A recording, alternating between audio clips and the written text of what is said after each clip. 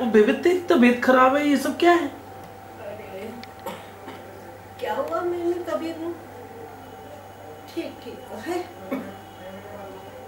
थोड़ी सी खांसी क्या बढ़ गई कि पड़ोसियों ने तेनू फोन कर दिया। हाँ चलो ठीक है, इसी बहाने मेरा पुत्र अपनी दुल्हन को तो लेकर आ गया। वैसे है कहाँ मेरी नो? हाँ रिलैक्स बेबे। ओए चुप कर। वैसे मेरी नो सोनी है, लेकिन मेरी सभी से देखने में थोड़ी सी कम है।